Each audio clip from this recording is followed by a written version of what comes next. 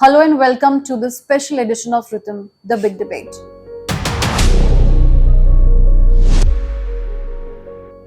Bihar government recently conducted caste census survey in the state, releasing some controversial data in public forums.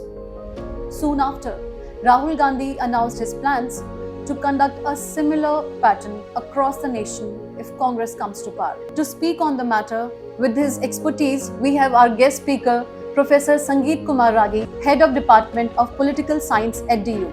He's a political analyst, columnist, and also an author. Welcome to the show, sir. So my first question to you, given the Bihar caste census survey conducted just recently, could you please provide us a comprehensive overview of caste census and its historical context in Bharat? The notion of the caste, the way the caste we know today, is a colonial construct. 200 years back, we didn't know the way we know the caste. And there was no political mobilization on the basis of caste in this country at all. What happened that, why I say that it's a colonial construct? Because it has started with the census, starting of the census in India. So in the census, the European came here.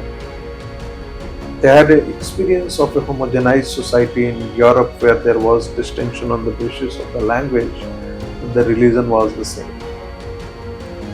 Here they saw it a different kind of a diversity based on the language, based on the food, based on so many other indicators. Exactly. And then they said that India is a subcontinent. So they were trying to addressing the diversity in the country which they were not aware of at all in their experience.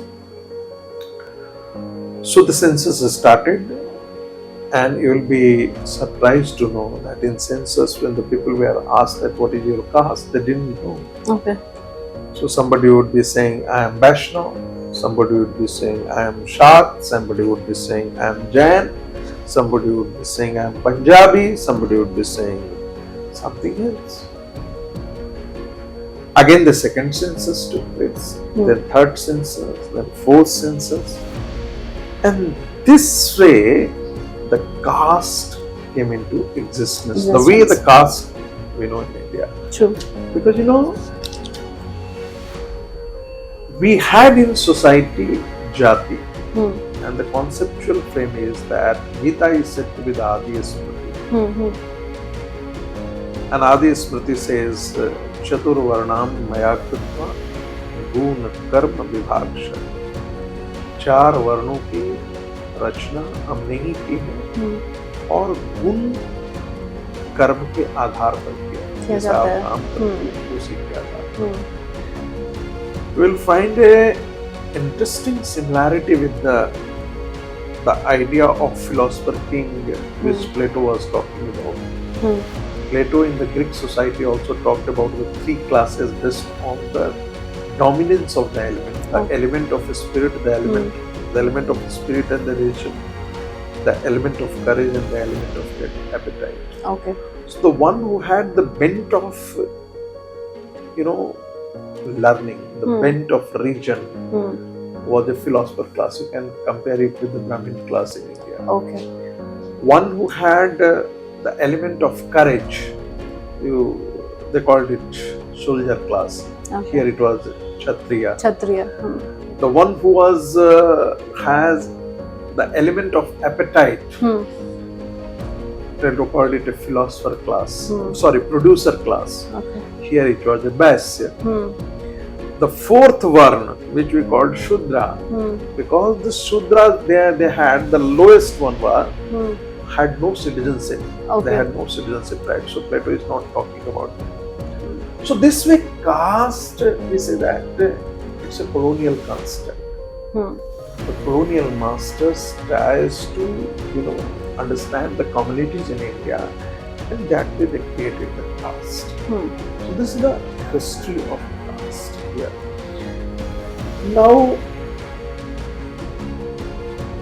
there are over 5,000 castes, and you will be surprised to know I always say that. Go to Konkan area. The one who does the fishing in the deep sea is also a fisherman. One who does the same in the shallow sea is also a fisherman. One who does the same in the ponds is also a fisherman. True. One who does the same in the river is also a fisherman. But all they have a different nomenclature, right? Yeah. Number one. Number two, they all consider themselves as a superior one. Superior to each other. Yeah. You will be finding that even within the Brahmins, they are Brahmin, but it is not a homogenized category. Of course, yeah. There are communities within the community. Within the community, correct. And all the sub-communities consider themselves as a superior. Superior to each other, correct. Even in Rajputs, Kshatriya, you will be finding that there is no beti roti samman. You know? So, this superiority, you know, this hierarchy, social hierarchy, is not that is flowing from our religious text. It has been self-creation. Yeah. You claim yourself to be the superior and you consider somebody as inferior. Even Mahas from which Ambedkar belonged to, they used to consider themselves superior considered to the other communities there. Okay. And they had no beti roti samban. Okay. And this was what the Savarkar had asked. Was the question to Ambedkar that have you convinced Mahars not to consider other caste as the lower caste? And Ambedkar had no answer to it. So let's understand that it's a very complex society, and when the founding father of the constitution looked at it, they wanted a casteless society. Unfortunately, in last 70 years, we have tried our best to create caste constituencies, and then we are moving now towards, and some of the political parties are working towards creating a caste democracy. Exactly. This is very unfortunate. This is, on the one hand, you say that you want a casteless society. There should be no use of derogatory word against any caste. On the other hand, you are creating a policy on the basis of caste. Exactly. So what are you doing? You are accentuating the whole institution of caste. You are strengthening the institution of the caste. Rather than jati todo, jativad todo, you have accentuated that. Exactly. Because when you create the policy on the basis of the caste, you cannot eliminate the casteism. So element of casteism over last few decades have strengthened in the Indian society rather than disappearing, which the founding father of the constitution wanted to, or everyone wanted to. Correct. That's it. So speaking of the complexities, there is growing concern about the politicization of caste census, and leaders like Rahul Gandhi announcing plans for a nationwide census. Can you shed light on how it might influence the political landscape in Bharat? Remember why Rahul Gandhi is talking about? Yeah. You remember when the 2019 election was to unfold? You must have heard of a term Cambridge Analytica. Yeah.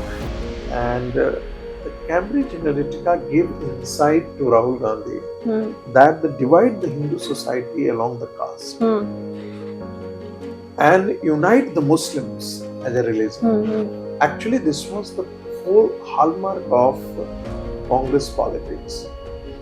Congress thought that in the post-partition India, 20% is a consolidated vote bank. Yeah.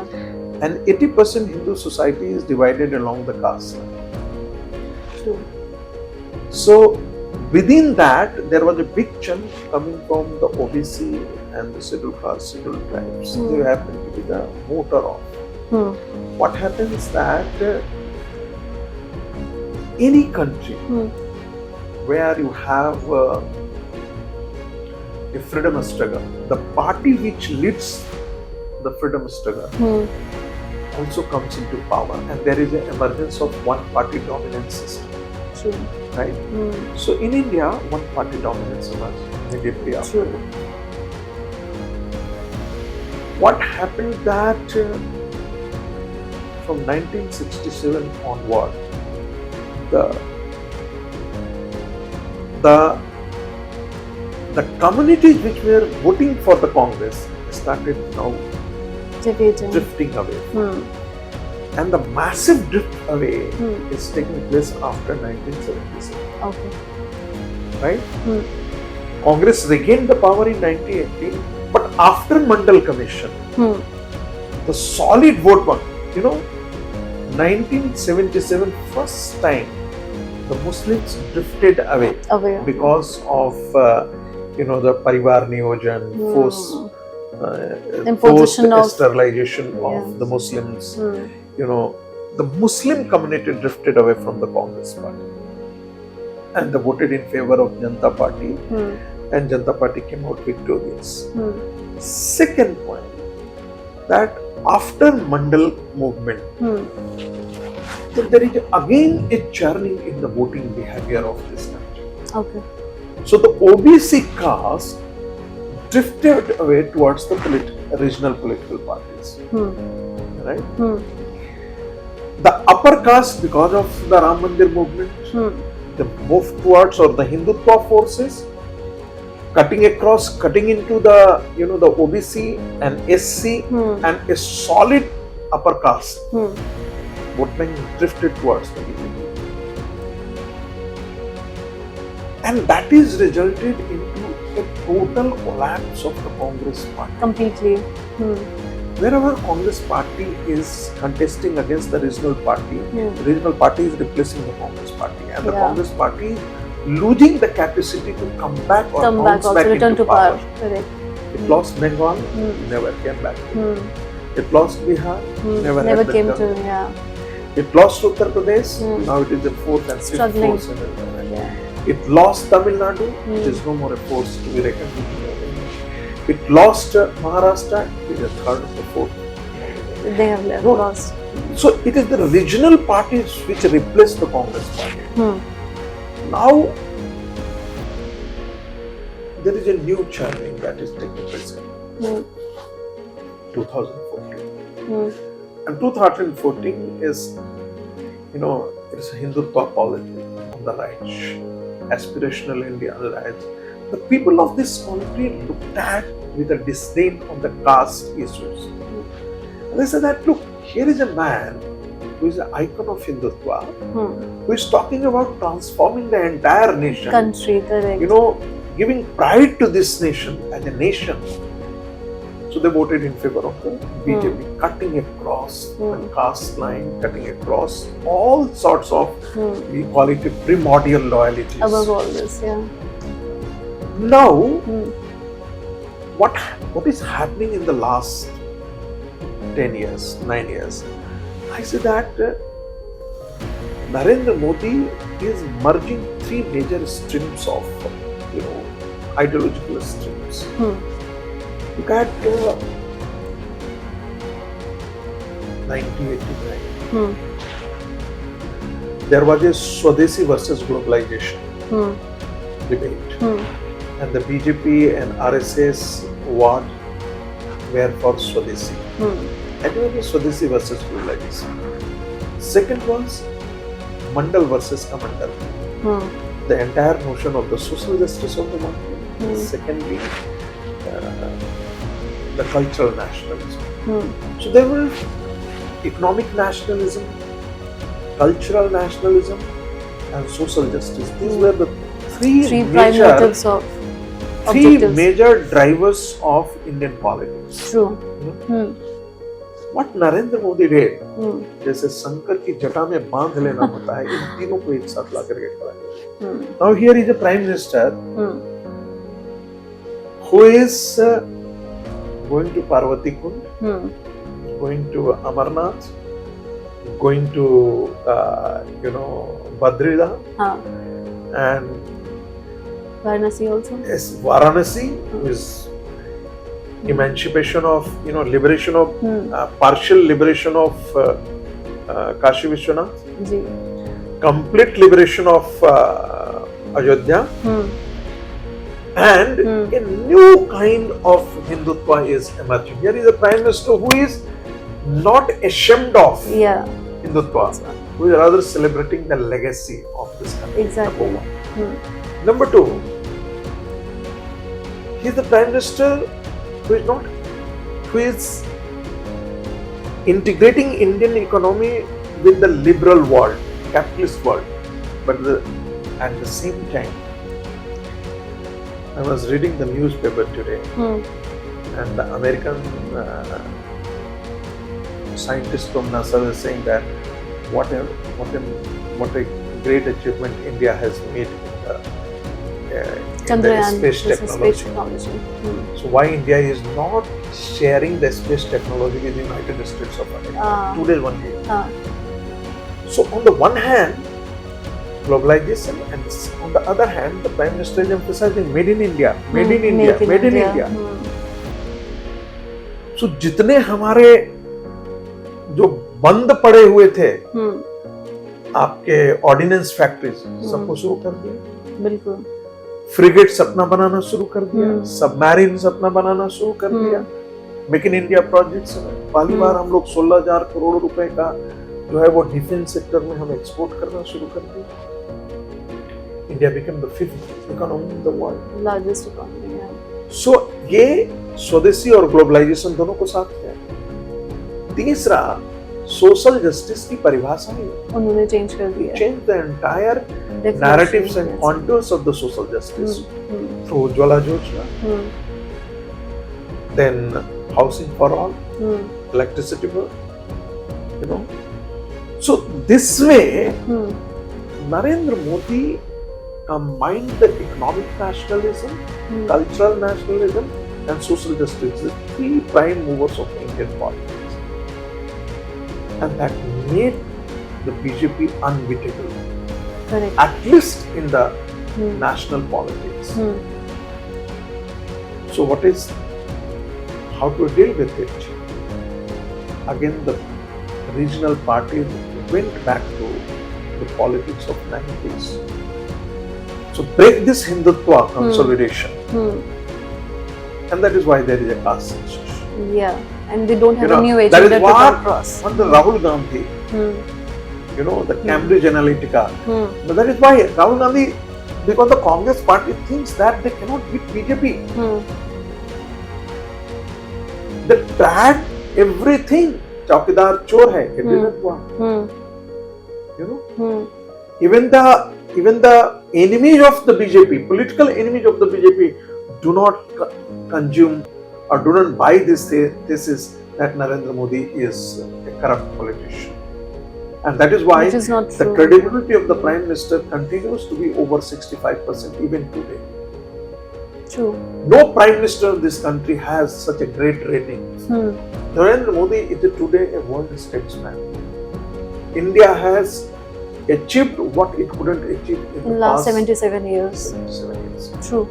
So how to break this? The only thing they have in mind, that if there is a caste census, if there is a caste colonization, if there is a caste conflict, then they will be able to might break reserve the their seats to consolidation, power. and that will give them political dividends. Correct. Whether it is going to happen or not going to happen, only that will happen. Yeah. So, sir, in a bid to, as you have answered this question, I would next question from this only.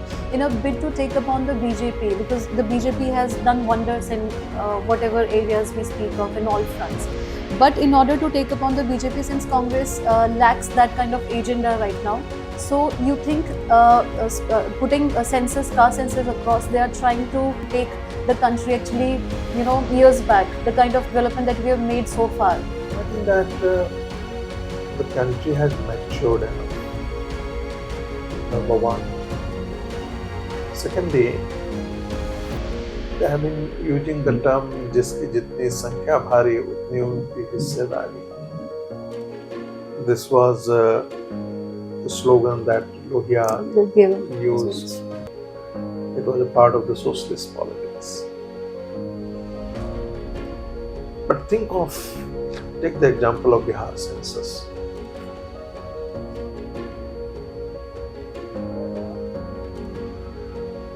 There are 209 castes that has come up. They listed. Now the first question that should be raised, that what was the basis of defining the caste? In 1931, there were lesser number of castes. In 2023, it is multiplied. There is an increase in the number of castes. Yeah. Right? So what was the basis of Bihar government to define the caste? Number one. This question should be raised. Second important point. There are 187 castes which have less than 1% population. Less than 1%. Mind it. Then 137 castes which have less than 0.01% population. There are 25 castes which have a less than 10,000 population. In a democracy, in a vibrant democracy, every voice should matter in the system. True, exactly. Right? What will happen? Now this caste will be feeling insecure in the system. Those who say that we are 14%, we will dictate the terms. Dominates there, correct. Those who are saying that we are 5% or 10% or 15%, they are saying that we will rule you just because I belong to this caste. This is a medieval mindset. And since most of the regional political parties are the family parties, family parties, again, definition of family party is different from the political party which give tickets to candidates. The candidates who belong to the political class, background, family, right? Yeah. There is a difference. Family party means it is one family which decides everything in the party, correct. So most of the regional parties which were against the Congress and were critical of the Congress, that the Congress was patronizing the family cult, the party system of the country, they have turned out to be, when they came to power, they have turned out to be the family party. Mulayam Singh Yadav family decides what will happen in Samajwadi Party. Nobody else can think of becoming the chief minister. Lalu Prasad Yadav family decides what will happen to him. Mayawati decides what will happen to him. And down south, Siddharamaiah. Akali Dal decides what is, the one family. Badal family decides what is going to happen. Exactly. Shiv Sena, Uddhav Thackeray will decide what is going to happen. Again, you go to TRS, the family party. Go to Karnataka, family party. Go to DMK, family party. So these regional parties have turned out to be a family party. Exactly. Now, they don't have the national nature. Their politics is limited to how to come into power. Nothing else. Nothing more than that. Nothing more than that. True. They are not thinking about the nation. They are not thinking about the big things that India has to compete with the big nations in the world. Clearly not. This is the danger that Indian political system is facing. True. And these political parties are, harping on the caste coalition. So that there is a Muslim combination, Muslim Yadav combination, so we will be coming there. MY factor worked for Lalu Prasad Yadav almost for 3 elections there in Bihar. Yeah. And it was an MY factor, despite poor performance on the fronts of governance. This is basically. I am thinking that the same formula will be repeated in times to come. God knows what will happen. Exactly. This is how they're using the data in their to favor themselves, their families, and their parties. What will be the potential consequences of this exploitation of caste divisions, and can this impact like overall social cohesion and national unity? Certainly, it will have adverse impact if this politics succeeds. Continues. Again, I'm saying, Yeah. if this politics succeeds, it will be very dangerous for this country. Correct. It will be very dangerous for this nation. It will be very dangerous to the Hindu community. Yeah. Remember, cutting across the sect line, the Muslims are getting united on Al-Aqsa. Hamas, they are siding with Hamas. Exactly. And we are divided on The caste thing. It will have implications. I always say that what happened after Nupur Sharma, Sartan se juda, Sartan se juda, Sartan se juda. Had the Hindu society responded on streets, I'm not saying with the violence. I'm not approving of the violence. But just standing for the right. Just standing for the right. Exactly. This country is wrong. We denounce it. We will not allow this thing to happen. The things should have changed. Exactly. This is very unfortunate that the Hindu society are not responding. We need somebody like Ashok Singh. True. You know, it's amazing. True.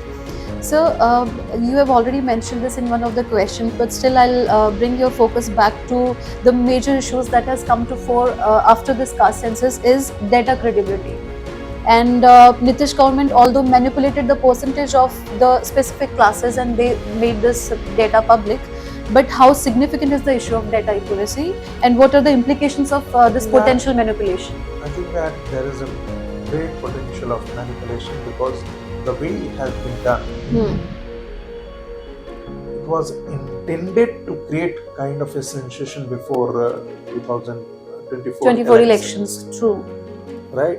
There was no genuine, and unfortunately, I'm saying unfortunately, the Supreme Court of India betrayed us. Exactly. The Supreme Court of India, and with all sense of respect towards the Supreme Court, asked the question that if there is a caste census, what is harm in it? Tell us. Yeah. That do you know that what harm it is going to do?